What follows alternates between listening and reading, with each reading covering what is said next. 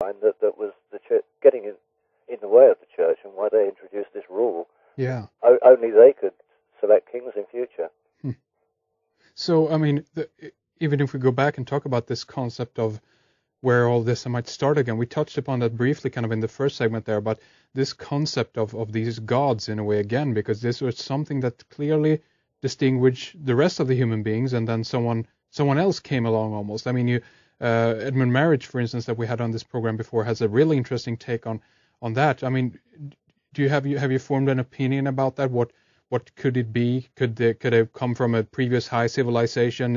Are we talking off-world, or are we just talking about a branch of very highly educated people here? What do you think, Laurence? Well, what we see is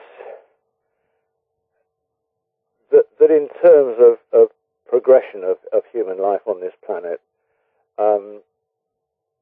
we seem to have some sort of a battle between religion and science going on all the time, from the creationists and the evolutionists and whatever. But essentially, one has to accept the proof that natural evolution occurred in any event. Let's forget who invented the first man and woman. Right. Get that? They came from amoeba or they came from God. I don't see that as being particularly relevant. But the fact is that evolution progressed. Now, if one looks at what might be termed a process of natural evolution, and one looks at, let's say, the Aborigines or the Bushmen in Africa, and finds these sort of cultures that are still around today, who haven't been particularly influenced by city structure and modern life and whatever, seem to have followed a course of natural evolution. Mm-hmm. They, in terms of their culture, don't seem to have changed a lot for the longest time. Doesn't mean that they couldn't have done, and certainly many of them are very well educated now, but there seems to be a big difference between the way that those cultures have evolved naturally as Bushmen and Aborigines and whatever, as against the way that civilized society, as one might call it, it evolved quite differently, and evolved from a particular period in time. And when one looks at that particular period in time, we're looking at about 4000 BC, so something around that era, again, in this area of geography in Iraq, Iran, moving across into Egypt, into that Fertile Crescent, the big agricultural scene of the time. Yes. Where very, very dramatically and quite suddenly, in front of anywhere else in the world, there were city-states. There were magnificent cities built. There were schools. There were hospitals. There were training colleges for lawyers. I mean, all of this stuff was happening right out of nowhere at the most advanced level, shunting this area of the world, this geographic region, probably something like 5,000 years ahead of anywhere else that was evolving naturally. And so one wonders perhaps what that was all about. And it's in studying the documents that came out of that era, which is the earliest historical documents on record anyway. We look at the cuneiform texts of Mesopotamia and these sort of things, is that they literally do get into talking such a lot about the influence of these characters who they deem to be gods, who really taught them how to, and along with them, built these magnificent cities and did all of this other stuff. And so this leads one to wonder, of course, well, who on earth were these characters? It wasn't as if it was something that was written about in any loose sort of fashion. They were regarded as tremendously important.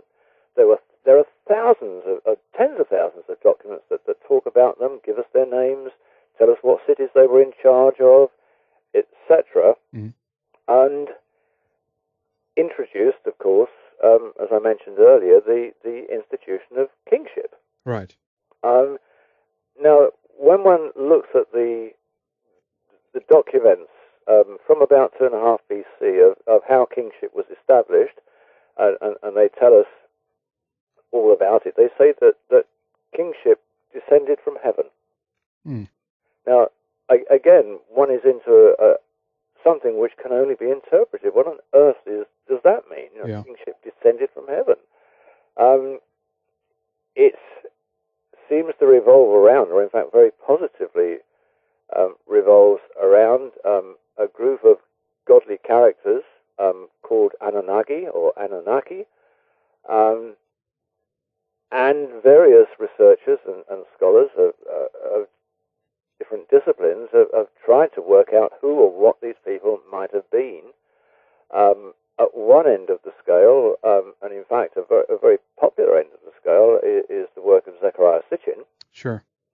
Who has, with I think some convincing argument, approached the thing and decided that dimensions of heaven, the dimensions of the fact that these people came down from somewhere, would lead to the fact that probably they came from some other planet. Yeah.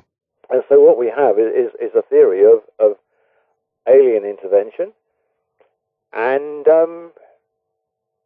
that theory has an enormous following on a worldwide scale. And the fact is that the more one studies it, the more one can't really dispute it. I mean, there's no way of disputing that at all, and why not? He could be absolutely right.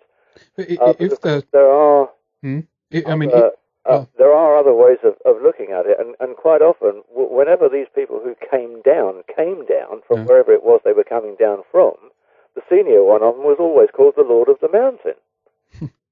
And the more one reads about it, it seems that actually where they came down from was high ground in the north of Mesopotamia, in the great mountain ranges there, and they sort of settled in the north, they settled in the south. But one ends up with again the question there, well, okay, but who were they, why were they there? Yeah. And so the second main school of thought is that they were very likely and very possibly the remnants of a civilization that was destroyed during the Ice Age and traveled to that region from somewhere else after the glacial meltdown, when the seas were running high again, and found a region of high ground which was very fertile and on which they could restart earthly agriculture. Right, and that's why they had so much knowledge about it, right? If they had a high culture before, they moved down there and brought basically that. Yeah. Now that actually ties in with various other geographical evidence of things that were happening across the sea, particularly in the American continent, in the north of America, where great disruptions occurred with cometary impact and that sort of thing around the year 10,000, 9,500 BC. And interestingly enough, 9,500 BC is exactly when the first new agricultural development began in the hills of Lebanon, north of Mesopotamia. Now, again, it's a question not just of studying the history of one particular region, but looking at the history of other regions as well and seeing what happened after that glacial melt in about 10,000, 9,500 BC. And quite frankly, from my point of view, as much as I'm quite aware that Zecharia Sitchin might be right, the weight of evidence is strongly in favor of that second school of thought. Right. And that essentially these people were a very knowledgeable, very technologically advanced race of cultures and technologies and learning which had disappeared and got totally lost, and simply moved to that era of the world on very high ground to restart agriculture. And there they were, knowing about all sorts of things that the people of the region they'd landed in wouldn't have learned about for hundreds of years, maybe thousands of years. Yes. It came to them afresh, and these people were like gods living up on this mountain with their new farmlands, a very benevolent structure whereby they were farming for the people of the region and teaching them and running schools and that sort of thing. So that's there's no way of proving one or the other school of thought, but historically, that's the one with the most written evidence about it. Whereas the other is nice conjecture, but that's almost all it is, because there's nothing written down to tell us in any way, shape or form that these were characters from another planet. Well, one thing that you've talked about, I think, in one of your lectures was this idea about the speed of our technological advancement, if you will, from that point and onwards. And that's a really kind of, that adds to the evidence for well, either one of the theories, I guess, in a way, but it still implies that something happened, something different took place at that point, right? Yes, yes. And I mean, it does, and it was an amazing advancement. I mean, there are writings from that period about brain surgery. I mean, it's quite astonishing how this technology has just hit the world in that part of the world, and it all ties in. You know, the whole thing, the world of laws, the world of hospitals, you know, the world of schools and colleges at exactly the same time, almost from this agricultural development that preceded it, and it just sort of fed one to the other. First there were plants, secondly there were cabbages, and next there were cities. And the progression is very logical, actually. It's almost a very sped-up version of the way things would have happened before over a longer period. It's just that these people knew the history, knew what to do, A, B, C, D, and put it into progress. And so in a very, very short space of time, I mean, my guess is that it's something like an advancement of 5,000 to 7,000 years within one fell swoop, almost, you know. So what do you think that tells us about where we are today? I mean, here we are with our particle accelerators and bridging into nanotechnology, what have you. I mean, do you think we're capable of handling the type of technology we have access to right now? Oh, who knows? I think you know, although governments and certain sections of academia seem to think that the vast majority of the population are pretty clueless, you know, I spend a lot of years now traveling around, attending meetings at all sorts of levels, high and low. I actually think that people in general are pretty clued in a lot. You know, that one isn't necessarily as highly educated as the other, but in terms of common sense, I've got a lot of respect for the race of what one might call ordinary people. Mm. And can we handle certain things? No, I don't think we can in many ways, but I think we're clever enough to recognize that we can't, and to push things aside sometimes and to work a little more on the concepts and the theories and the ideas until we can. So I don't think we make too many major mistakes. I mean, the particle accelerator is probably a good example. You know, there it was all ready to go, and then suddenly it doesn't work anymore. Right. You know, can we handle it? Well, obviously we couldn't, but we will. Mm. They'll get it right, and it'll be fine. So far we made it. I think that there is a natural inclination, not amongst all people, but in a lot of people, certainly those that front things and end up running things, that there's an inclination always to push beyond the bounds of what you're capable of. I guess that's what ambition and achievement is all about. Mm. I mean, it's a bit like it with me, really. You know, a lot of what I do starts off as being thoroughly insurmountable. You know, I look at it and I think, why the heck am I doing this? This is an impossible thing to research. I'm never going to find this. And that becomes the very reason why I try to do it. I mean, it's quite astonishing. I think people are like that generally. No, well, not everybody again, but there is an element that always wants to push the next limit. Yeah. And so the answer at the outset, can we handle it? Well, probably no, because actually we don't even understand what it's about at that stage. But we're discovering as we go along in one way as well. You know, we're learning about life and about, you know, what we can do and shouldn't do along the way, hopefully, you know. Yeah.